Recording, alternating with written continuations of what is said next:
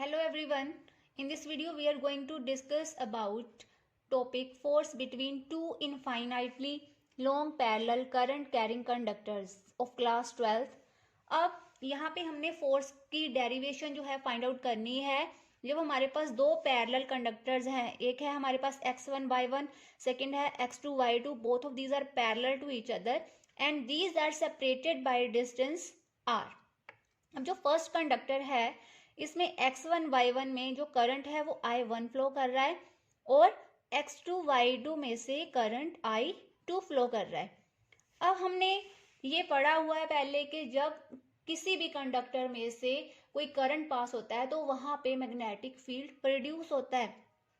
अब इस कंडक्टर की वजह से यहाँ पे मैग्नेटिक फील्ड प्रोड्यूस होएगा और इस कंडक्टर में जो करंट फ्लो कर रहा है उसकी वजह से इस कंडक्टर में जो है मैग्नेटिक फील्ड प्रोड्यूस होएगा. अब हमने सबसे पहले इसकी डायग्राम कंप्लीट करनी है. अब इस कंडक्टर में जो करंट है I2 है, इसकी वजह से यहाँ कंडक्टर में जो है मैग्नेटिक फील्ड प्रोड्यूस होएगा. So it is second. So यहाँ पे जो है magnetic field let it be point P. तो इस पॉइंट पे जो है मैग्नेटिक फील्ड B2 प्रोड्यूस होएगा और जो फोर्स है उसकी डायरेक्शन ये वाली होएगी. सिमिलरली अगर हम यहाँ पे बात करें तो इसमें मैग्नेटिक फील्ड B1 इस कंडक्टर की वजह से और जो फोर्स की डायरेक्शन है वो ये वाली होएगी. Let it be point Q.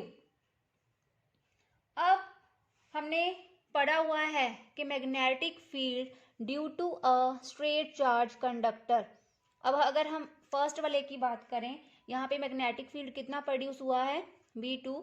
तो B2 will be equal to magnetic field in a straight charge conductor is B is equal to mu naught upon 4 pi into 2I upon R होता है.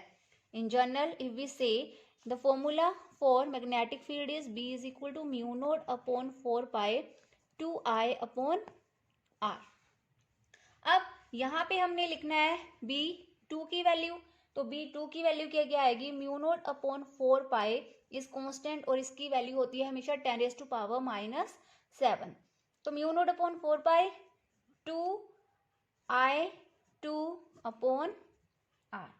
ये हमने इक्वेशन 1 लिख ली. अब second जो है, अब इसके बाद जो करंट है वो किसकी वजह से I2 की वजह से हुआ है. तो यहाँ पे इसीलिए है 2I की जगह क्या आ गया I2 अपॉन R. R जो है जितनी डिस्टेंस से ये सेपरेटेड है ईच अदर. उसके बाद इन जनरल जो फोर्स एक्सपीरियंस होती है उसका फॉर्मूला होता है BIL where B is the magnetic field, I is current and L is length. अब क्या करना है, हमने फर्स्ट कंडक्टर के लिए पहले फाइंड आउट करनी है फोर्स.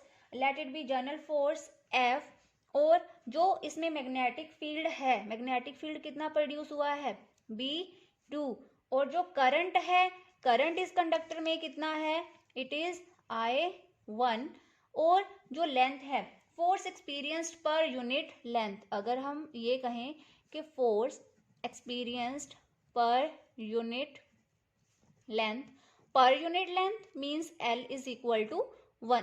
तो यहाँ पे हम L की जगह क्या लिख देंगे 1. It is force experienced per unit length. So F is equal to B2 into I1 into L की जगह क्या आ गया हमारे पास 1. तो यहाँ क्या आएगा F is equal to B2 into I1.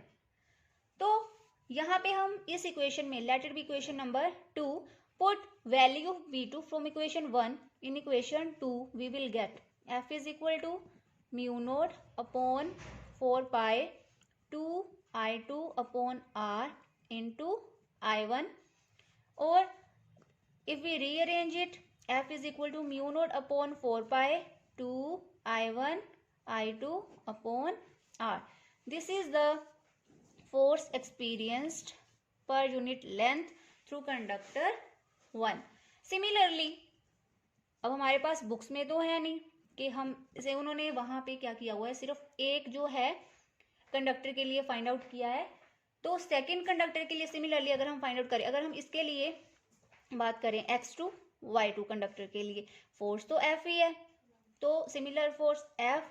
तो यहाँ पे जो है मैग्नेटिक फील्ड कौन सा प्रोड्यूस हुआ है, B1। तो इसकी वैल्यू अगर हम इन जनरल लिखें स्ट्रेट कंडक्टर के लिए क्या आएगी, mu naught upon 4 pi 2I1 upon R। तो फोर्स इसके लिए क्या होएगी, F is equal to B1 और करंट कितना है यहाँ पे I2, F is equal to mu naught upon 4 pi 2I1 upon R। ये वाली वैल्यू हमने यहाँ पुट कर दी into I2। So we will get mu naught upon 4 pi 2I1 I2 upon R. So again we have find it mu naught upon 4 pi 2I1 I2 upon R. So it is similar to first force. अगर हम find out करें first conductor के लिए और second conductor के लिए जो parallel है एक दूसरे के, infinitely long parallel current carrying conductors जिनकी लेंथ जो है वो है इनफाइनाइट। सो इनकी फोर्स क्या आ गई हमारे पास, for infinitely long parallel current carrying conductors के लिए F is equal to mu naught upon 4 pi 2I1 into I2 upon R which are use in numericals too. I hope कि आपको ये डेरिवेशन जो है समझ आ गई होगी। अब जो है नेक्स्ट डेरिवेशन में हम डिस्कस करेंगे, हमारा जो नेक्स्ट टॉपिक होएगा नेक्स्ट वीडियो में, it is moving coil galvanometer. So we will discuss it in next video. Thank you.